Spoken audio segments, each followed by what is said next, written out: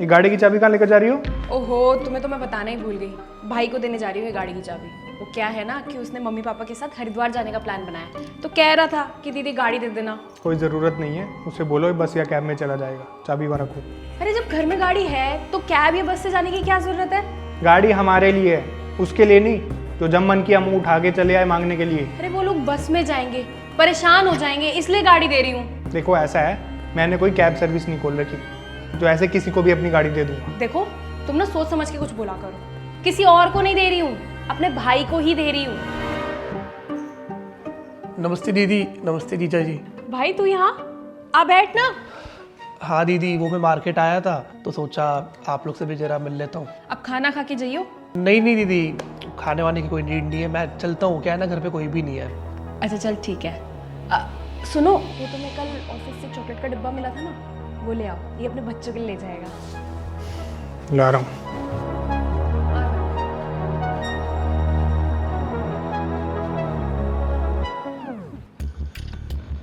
अरे क्या ढूंढ रहे हो? यार मेरी चेन मैं नहाने गया था तब उतारी थी, मिल ही नहीं रही यार। अरे तुम ध्यान से देखो, यही रखी होगी। नहीं मिल रही है ना, हर जगह देख चुका हूँ मैं। रुको मैं 1 मिनट आती हूँ। अरे क्या हो गया जीजा जी? अरे इनकी चेन नहीं मिल रही है, रख के भूल गए इसलिए परेशान हो रहे हैं। चेन कहाँ पे रखी थी आपने अपनी? क्यों, तुझे वापस रखनी है? क्या मतलब आपका? तुमने चेन इसको दी है ना? क्या बोले जा रहे हो आप? मैं ये बोल रहा हूँ कि तुमने चैन इसी को दी होगी और अब नाटक कर रही हो कि जैसे कुछ हुआ ही नहीं है। आपका दिमाग खराब हो गया क्या? कुछ भी बोल रहे हैं। क्यों ना कहूँ, जैसे तुम हर चीज से पकड़ा देती हो दानवीर कर्ण बनकर, चेन भी पकड़ा दी होगी। एक तो आए दिन ये आ जाता है हमारे घर में कुछ ना कुछ मांगने के लिए, और तुम भी इसे ये देती हो वो देती हो, ये ले जा भाई वो ले जा। अरे रिश्तेदार हो, रिश्तेदार की तरह रहो ना। घर पास है तो क्या इसका मतलब कब मर्जी मुँह उठा के आ जाओगे?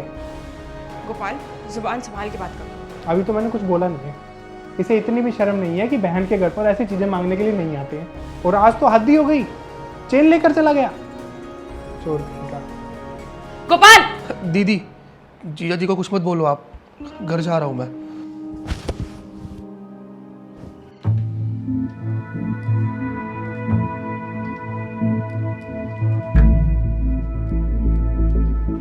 मिल गई? क्या कह रहे थे अभी आप? कि ये चेन मेरे भाई ने चुराई होगी या मैंने उसे दी होगी? अरे जिस भाई ने अपनी बहन दे दी, उसे ये चेन चुराकर क्या मिल जाएगा? वो यहाँ इसलिए नहीं आता कि उसका घर पास है या उसे कुछ सामान चाहिए होता है। मुझे पता है ये सब उसका बहाना होता है ताकि वो मुझसे मिलने आ सके, मुझे देख सके। और एक और बात, ये ना बाकी नॉर्मल रिश्तेदारों की तरह नहीं है जो थोड़ी देर के लिए मिलने आएंगे और उसके बाद सालों सालों तक याद नहीं करेंगे। ये मेरा भाई है, मेरा भाई, और इसे पूरा हक है कि ये हमसे मिलने आ सके, मुझसे मिलने आ सके। और शायद ना तुम ये भूल रहे हो कि तुम भी एक भाई हो।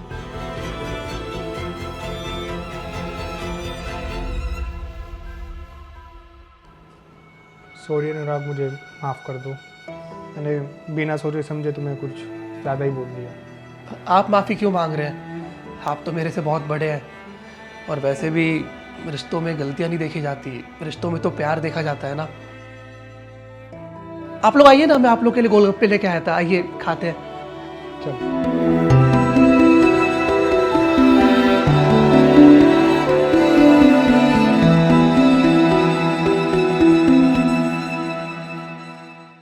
घर का रेंट अब से आप करना पड़ेगा, मैं अकेला नहीं कर सकता सब कुछ अब। ये क्या बोल रहे हो आप? देख भाई, घर का रेंट भी मैं ही भरूँ, राशन बिजली पानी बाकी सब भी मैं ही देखूँ, तो तू क्या करेगा? लेकिन अचानक से आप ये सब क्यों बोल रहे हो मुझे? यार ऐसा है, पहले की बात अलग थी, अब ना मेरी शादी हो चुकी है, दिन ब दिन खर्चे मेरे बढ़ते जा रहे हैं, और तू भी इसी घर में रहता है, तेरी भी कोई जिम्मेदारी बनती है नहीं बनती? भैया, भाभी, भैया क्या बोल रहे हैं सब? देखिए भैया, मुझे नहीं पता इन्हें अचानक से क्या हो गया, लेकिन मैंने इनसे कुछ नहीं बोला ऐसा बोलने के लिए। नहीं भाभी, मैं ये नहीं बोल रहा हूँ कि आपने कुछ भैया को बोला होगा। अभी आपको तो पता है ना कि मेरी सैलरी केवल 20,000 रुपये, भैया की सैलरी 2 लाख। देखिए, जहाँ तक मुझे ऐसा लगता है कि इन्हें पैसों की तो ज़रूरत नहीं है, लेकिन अगर ये कह रहे होंगे तो कुछ सोच समझ के ही कह रहे होंगे।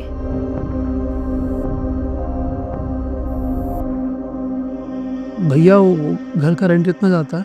तुझे ये भी नहीं पता? नहीं। 40,000 रुपये। तो एक काम करियो, तू 10 दे दियो। और राशन पानी और खर्चे जो भी है घर के वो सब? देख, राशन पानी बिजली और छोटे मोटे खर्चे मिलाकर ना महीने का 20-30 हज़ार रुपये तो लग जाता है। उसका तू 5-7 हज़ार रुपये दे दियो। भैया 20,000 रुपये मेरी सैलरी है, 10,000 रुपये घर का रेंट दूंगा और ये 5-7 हज़ार रुपये यहाँ पे दे दूंगा, तो खुद के लिए क्या बचाऊंगा भैया मैं? देख भाई, ये सब मैं नहीं जानता, मुझे इतना पता है कि तुझे पैसे देने पड़ेंगे। ठीक है भैया, दे दूंगा पैसे, घर छोड़ के तो जा नहीं सकता ना मैं। इतने सारे पैसे मांगे आपसे? भैया, आपको ना पैसे देने की कोई ज़रूरत नहीं है, मैं इनसे बात करती हूँ।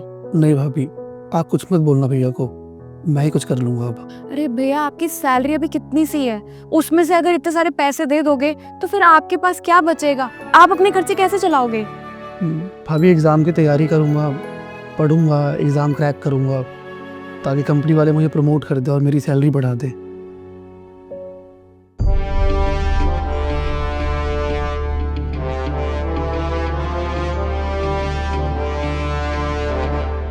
यार, आप भैया के साथ ऐसा क्यों कर रहे हो? अब नहीं करूँगा तो कब करूँगा?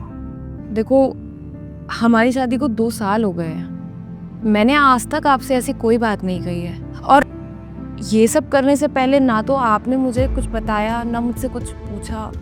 देखो हर्षिता, आज नहीं तो कल उसे अपने पैरों पे खड़ा होना पड़ेगा, उसकी शादी होगी, उसका भी परिवार बढ़ेगा, तो क्या ये सब 20,000 में चल जाएगा? और सारी उम्र ना मैं उसे घर पे बिठा के खिला नहीं सकता। देखो यार, जो आप ये बात बोल रहे हो ना, मुझे कुछ समझ नहीं आता, पर मैं इतना जानती हूँ कि अगर आप ये सब कर रहे हो ना, तो कुछ अच्छे के लिए ही कर रहे हो। तुम चिंता मत करो, सब सही होगा।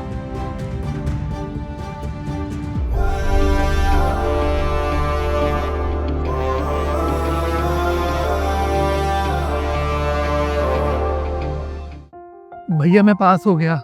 अरे वाह, ये तो खुशखबरी है। लेकिन एक दिक्कत है भैया। क्या दिक्कत है?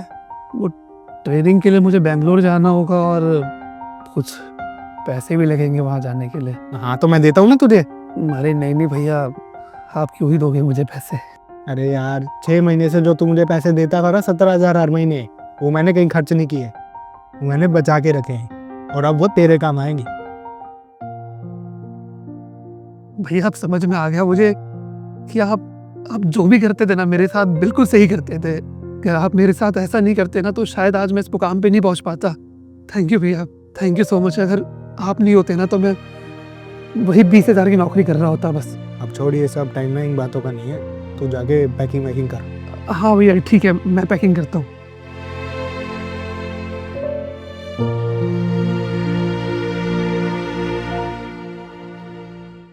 भाभी, थोड़े पैसे चाहिए थे। क्या हुआ देवर जी, आज पैसों की जरूरत पड़ी तो आ गई हमारी याद?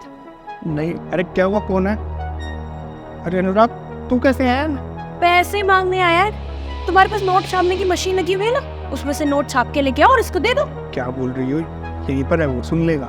हाँ, तो सुनाने के लिए ही बोल रही हूँ। जब पैसे की जरूरत होती है ना, तो आ ही जाती है अपने भाई की याद। ऐसी बात नहीं है भाभी। तो फिर कैसी बात है?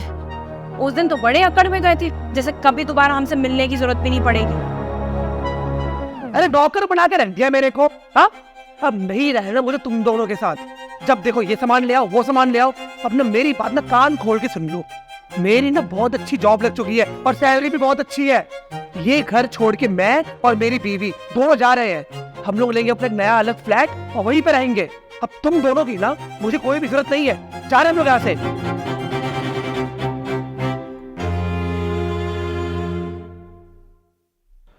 वो मैं जिस कंपनी में काम करता था ना, वहाँ पे मेरी जॉब चली गई और 2-3 महीने से मैंने घर का रेंट भी नहीं दिया है। मैं बहुत जगह गया था पैसे मांगने के लिए, अपने दोस्तों के पास भी गया, लेकिन मेरे दोस्त भी मेरे काम आ नहीं पाए। अगर मैं इस महीने का रेंट भी नहीं दूंगा तो मुझे मकान मालिक धक्के मार के घर से बाहर निकाल देगा। तो मैंने सोचा कि आखिरी दरवाज़ा बस मेरे भाई का बचा हुआ है, वो तो मेरी मदद करेगा ना। हाँ कोई बात नहीं, हाँ, अंदर आ। हर्षिता, वो कल रात को मैंने तुम्हें पैसे दिए थे, बुला दो इसे।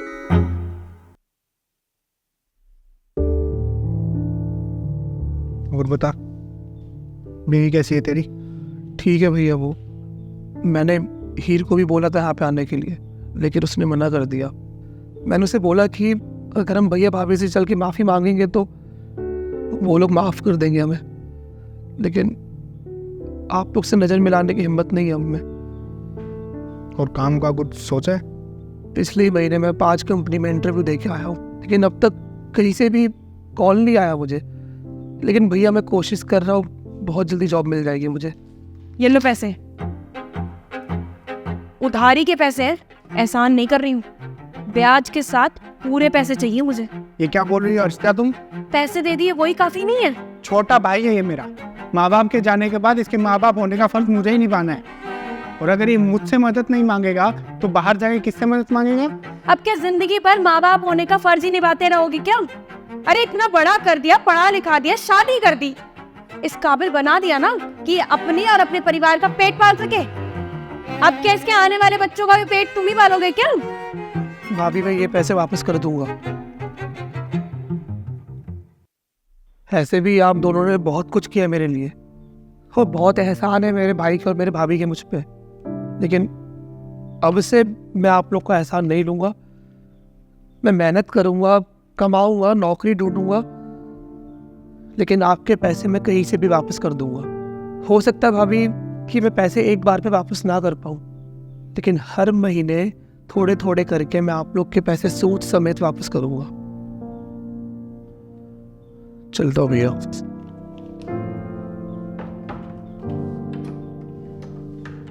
पैसे वापस देने वाली बात क्यों कही? सिर्फ बोली है, लूंगी नहीं उससे पैसे वापस। मतलब ये कि अगर मैं उस पर प्रेशर नहीं बनाती पैसे वापस करने के लिए, तो वो अपनी जिम्मेदारियों को कभी समझ ही नहीं पाता। तब तक हम दोनों उसकी हेल्प करते रहेंगे। अरे कभी तो उसको अपनी जिम्मेदारियां उठानी पड़ेगी ना। आज सिर्फ वो दोनों है, बाद में बच्चे भी होंगे, उनकी जिम्मेदारियां भी उठानी पड़ेगी। जब वो आज ही जिम्मेदारी उठाने के काबिल नहीं बन पाएगा तो बाद में कैसे उठा पाएगा? जब उसके दिमाग में ये पैसे वापस करने का प्रेशर होगा ना, तो वो दुगनी मेहनत करेगा उसको वापस करने के लिए। हाथ पैर ज्यादा मारेगा और ज्यादा पैसे कमाने की कोशिश करेगा। और अगर वो पैसे देने भी आएगा ना मुझे, तो भी नहीं लूंगी। कभी कभी यार तुम मेरे समझ नहीं आती हो। यार कभी कभी ना अपनों को सुधारने के लिए खुद को बुरा बनाना पड़ता है। बात करनी मुझे मुश्किल कभी ऐसी तो न थी। बात करनी मुझे मुश्किल कभी ऐसी तो न थी।